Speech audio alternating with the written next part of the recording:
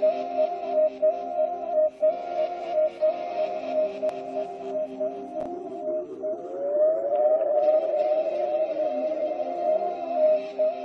Dr. John here with NBC News on his Facebook Live to go over some coronavirus headlines and answer questions you might have. So if you have questions, please go ahead and send them our way. I'll get to as many of those as I can. But first I want to cover the headlines. The first headline I want to cover is not coronavirus related. It's the Supreme Court Justice Ruth Bader Ginsburg, 87 years old. She just came out with a statement today saying that she has had cancerous tumors in her liver that have been located, and she's been working on getting those treated. She's been working on those initially with immunotherapy. That immunotherapy did not work, so she has now switched to chemotherapy. That chemotherapy seems to be doing a good job. She's getting it what she's calling biweekly, which according to the actual dosing of this medication is about every week and a half or so.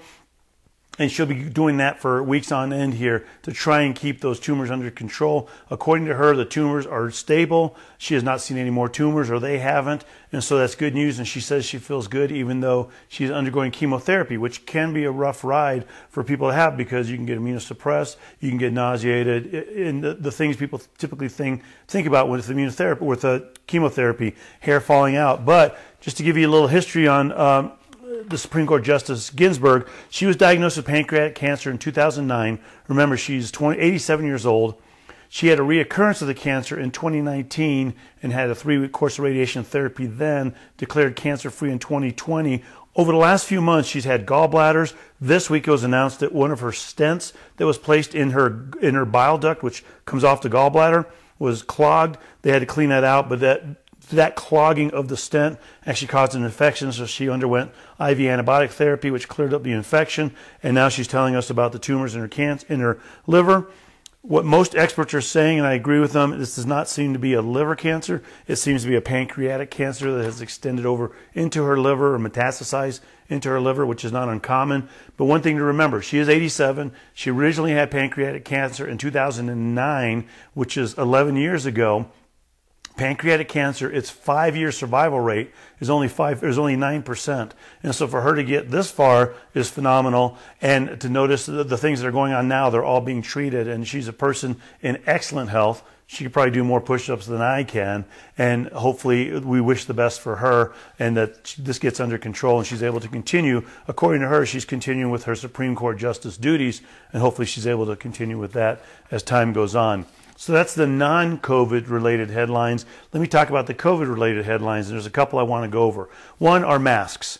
And masks have become this issue of contention, this big debate over the last couple of weeks. Right now, around 28 states, as of the latest number, have mandated masks in most situations, meaning you go outside your house, you're around other people, you're going to wear a mask, especially if you're indoors. Colorado just did theirs, that's where I am, just did theirs midnight last night. And so they're saying if anywhere you're indoors, you need to wear a mask, regardless of how many people are in there. And regardless of where you are indoors, you need to wear masks. The good thing about this is since it's mandated, it gives everybody that information they need to wear it. It gives everybody that's working that one more thing they can use saying, hey, the state has mandated this, therefore you need to put it on. It's not me telling you this. It's not my company telling you this. It's the state telling you this, because there have been instances of people getting into arguments, even people getting shot over masks for some reason. But we do know that masks can actually help. And the reason we know they can help is there was a study done in Wuhan, China, where they found out that between January and March, a lot of asymptomatic or pre-symptomatic or mildly symptomatic people went undetected, meaning 87% of the cases they had there were undetected because they were either asymptomatic, meaning they never had symptoms, pre-symptomatic, meaning at that time they didn't have symptoms, but they developed symptoms a few days later, or mildly symptomatic. They had some symptoms, maybe a little stomach upset, that they didn't quite correlate with coronavirus. Because of that, they were out there, and they tended to be the ones that caused the most cases of coronavirus in the area. Once things were shut down, once they started mandating things like masks, and masks in particular are saying attributed to this, it dropped their case rate 99%. And so it really helped get their case rate under control. And so it's showing how effective masks can be. Masks in and of themselves won't work, but working in conjunction with social distancing, small groups, a lot of hand washing, those things are important, and masks are certainly one important part of that criteria and that equation. Now, some of the feedback I've heard from people and some of the questions are, wait a minute, even you, myself, said back in February, don't wear masks at this point because we're not really sure how effective they are. And if you remember, the main reason we said that is because the masks that are out there, which are essentially N95s and surgical masks at that time, were needed for healthcare providers and frontline workers. And I said that over and over again. Frontline workers, healthcare providers, they need them. If we start talking about people using masks, there's going to be a run on N95s and on surgical masks, and those frontline workers won't have them. Well, over time, this is a virus that we've learned a lot about over the past few months.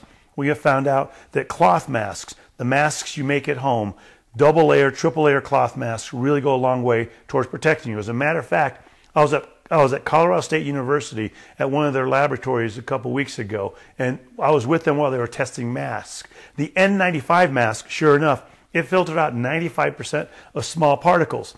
A regular face cloth mask, double layer cloth mask that people use at home, filtered out 60% of the small particles. The operative word here is it filtered out 60% of the small particles. That's smaller than the respiratory droplets that people are coughing or sneezing up, or even if they're breathing or talking excessively, they can breathe out onto other people. So if it can do 60% of the extremely small particles, then these larger particles, it can filter out even more. So even if it stayed at 60% though, that's still better than not having a mask. And the main reason, again, remember, the main reason you're wearing a mask is not necessarily to protect yourself, but to protect other people from you. And I know a lot of times we think, I feel fine. Why do I need to protect other people from me? Well, think again about that Wuhan study I just talked about 5 minutes ago, where 87% of the people were asymptomatic, pre-symptomatic, or mildly symptomatic and didn't think they had coronavirus, but at the same time, they were spreading it. And there are stories of people who have gone to parties, young adults, they've gotten coronavirus, didn't know it, took it home, spread it to their family members, and their family members are now in the intensive care unit trying to recover from coronavirus. Not something any of us want to happen. We do not want to get our friends, relatives, loved ones contaminated with coronavirus, even though we think we're okay, because we do know the range varies. 35 to 60% of people with coronavirus don't even show symptoms, yet they could still be shedding that virus. And if they're shedding that virus, it's getting into the respiratory droplets. It can get to other people. Doesn't have to be a cough, doesn't have to be a sneeze. Just me talking, it can transmit a few feet out that way. Not necessarily the 6 feet, but a few feet out that way. Of course, coughing and sneezing makes it even worse. So that's why you're starting to see these mandates for masks continue to roll out. And I think you're going to see more over time here. Again, 28 states as of right now have mandated masks in some form or another for the general public. It's important to do. It can certainly help get under control.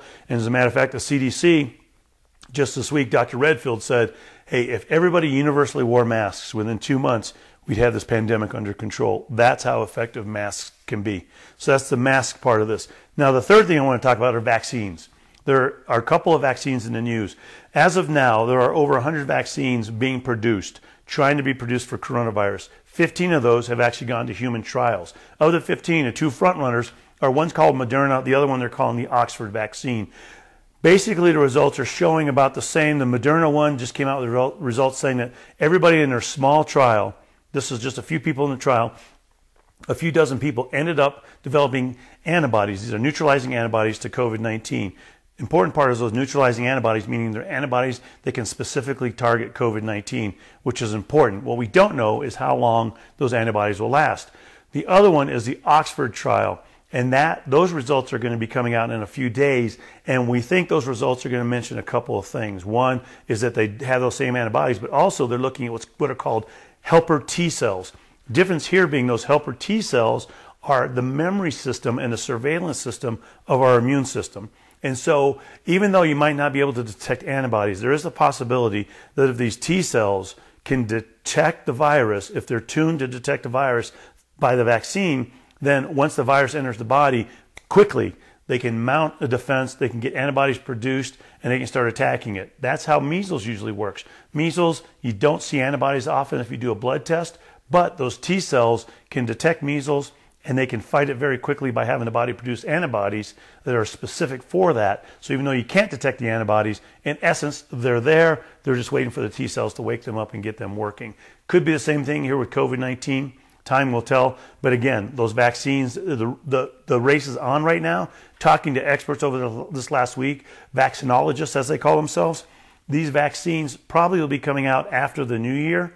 And they'll be safe, they'll be effective because they'll be very, very tested. And the FDA is looking very hard to make sure those tests are going to be, again, safe and effective, the two main keys to the vaccine. So again, going over the notes for today, the headlines: one, non-coronavirus. Supreme Court Justice Ruth Bader Ginsburg had just sent out a statement saying that she is under treatment for tumors, cancerous tumors in her liver. Seems like those cancerous tumors are probably pancreatic cancer that has metastasized to her liver, because no indication of her having liver cancer. And the medication she's on is the chemotherapy medication, is the medication used for metastatic pancreatic cancer. So we wish her the best. Right now she's saying that it's stable. Tumors have not progressed. There have not been any other tumors, and she's tolerating chemotherapy very well and can continue with her duties. So again, the best of luck for her, and our hopes are with her. The other one are the masks. 28 states at this point, you'll probably see more, have mandated masks. Very good reason, because it certainly helps keep this under control.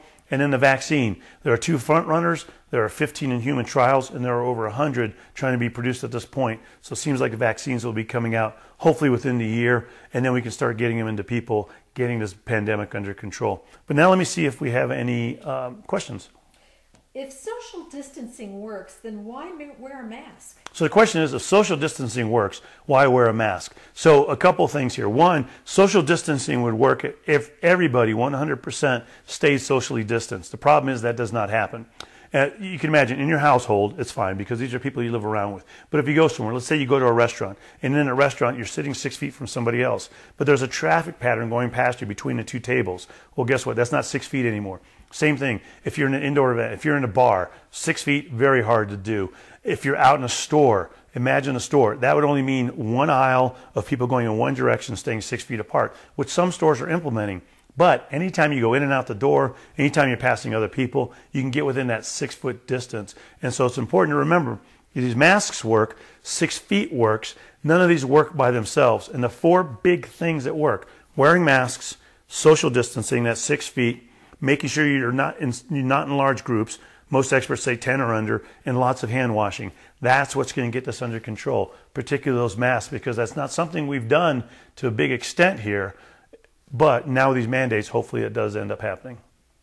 Is there any harm to children wearing a mask all day? So the question is there any harm to children wearing a mask all day? And the overall answer is no, although the CDC says 2 and under should not be wearing masks because it's hard for them to breathe, it's hard for them to understand how to adjust a mask, and they'll probably be touching their face a lot more, which is counterproductive because if they're not washing their hands, that can cause issues. But for older children, unless they have respiratory problems, and one of the questions I had the other day is, what if I have asthma? If I have asthma, should I be wearing a mask? The answer is no if you're having an asthma attack at that point. If you're having an asthma attack, difficulty breathing, you certainly want to take the mask off, treat your asthma attack, and then once it's under control, put the mask back on, especially if you're in a situation like that. If you do take it off, make sure you're socially distanced from other people, or those people around you, as in healthcare providers, are wearing their masks to keep you as safe as possible. But people under the age of 2, people with breathing problems, especially if they're acute breathing problems at that point, should not wear masks, but everybody else, which is the vast majority of us, should be. I wear a basic medical mask. Do you need to add a filter to a cotton mask or those masks to make it work, or can I just use my mask by itself? So the question is, I use a basic medical mask. Do you need to add filter to cloth masks that you make at home? What we're finding out is a cloth mask, especially the double or triple layered cloth masks, work really well at getting it under control and not transmitting the virus. Again, remember, the main purpose of the mask is to prevent you from transmitting to somebody else. It does give you some protection, but it mainly gives protection to other people. So what they have found out is certain things, certain types of filters seem to work. Obviously, there's the HEPA air conditioning filters that work if you can cut them down and you have an ability to get them inside a mask. Shop towels, believe it or not, actually showed a good percentage of filtration as well. Those are the blue shop towels you see, and for a while they were hard to find because people were buying them. And people even tried coffee filters. Looks like that might help a little bit. Essentially, the more layers you have between you and the outside world, the more filtration you're going to get. The more filtration you get, the less of the virus is going to get out or get in for that matter. And so all these can help. But what we have found out is those, especially the triple layered cloth masks, go a long way towards protecting you. And like I mentioned, in the lab studies we did a couple weeks ago, we found out that basically a double layered cloth mask can filter out 60% of small particles, which are particles that are smaller than the respiratory droplets. So it's filtering out even more respiratory droplets. Very effective. If those filtration things work, can we use hyped up filtration in our air systems to make So the question is, can we use these filtration type systems in our air systems, in our ventilation systems?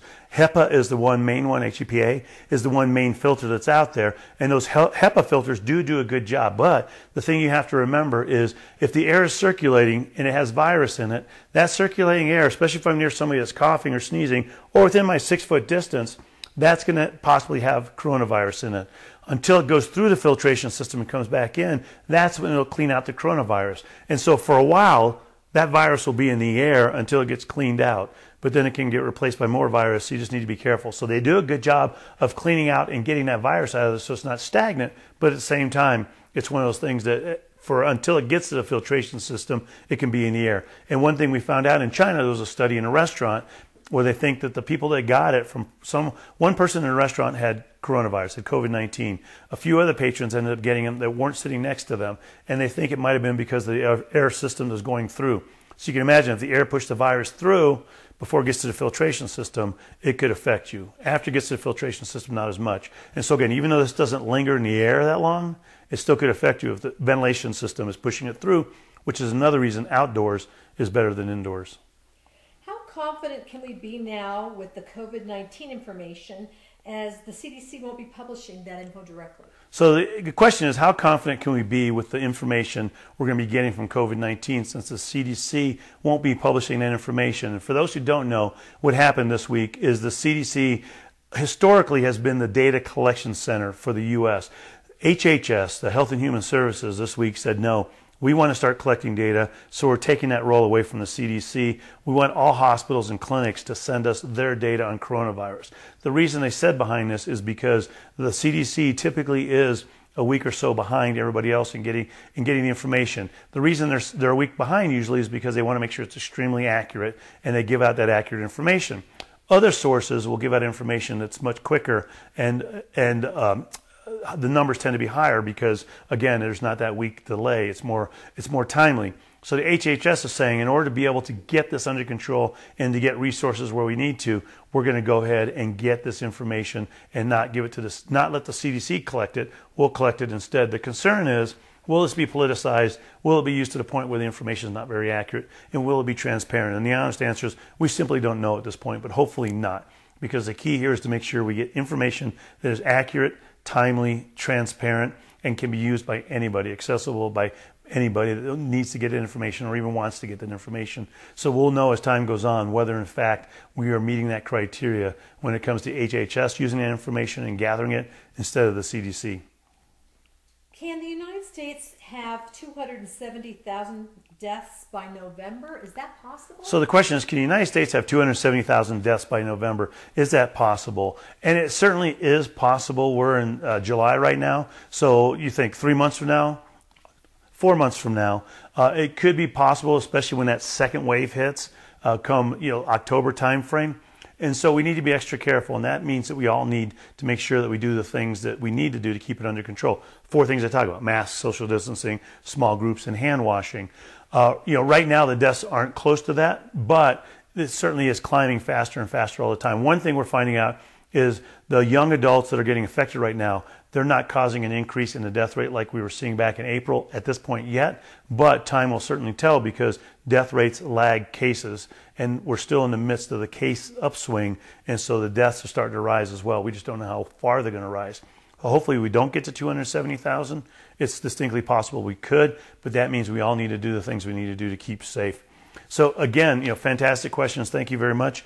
Just to go over the headlines again real quick, just to what we talked about. The non-coronavirus one, Supreme Court Justice Ruth Bader Ginsburg had a statement out about having cancerous nodules in her liver, cancerous tumors in her liver. She tried immunotherapy, didn't work. She's on chemotherapy now. Seems to be keeping them stable, and she's tolerating it well. More than likely, this is pancreatic cancer that has metastasized to her liver. Best of hope with her, and hopefully she continues to be doing well, and the chemotherapy continues to be effective for her. The other one were masks. To date, 28 states have mandated masks. My guess is more will start mandating them because we now know masks can be very effective at keeping coronavirus under control. And then the vaccine. 100 plus companies are producing vaccine or trying to. 15 human trials right now. And two, front runners, Moderna and the UK Oxford AstraZeneca trial are the ones that we're getting the most information on. And so far, it looks very, very promising. Experts I have talked to say probably a year from now, after the new year, February timeframe seems like probably the earliest we'll see it. And once we do, we'll get it into, more than likely they're going to do healthcare workers and the more vulnerable to begin with, and then as more supplies come on, give it to everybody else. But that's what they're wrestling with now, distribution, priorities, and the vaccine itself. So that's going to be a big game changer. Let's keep our fingers crossed that we get it sooner rather than later. But yeah, thank you very much. I hope everybody has a fantastic weekend. And the most important thing, as always, stay happy and stay healthy.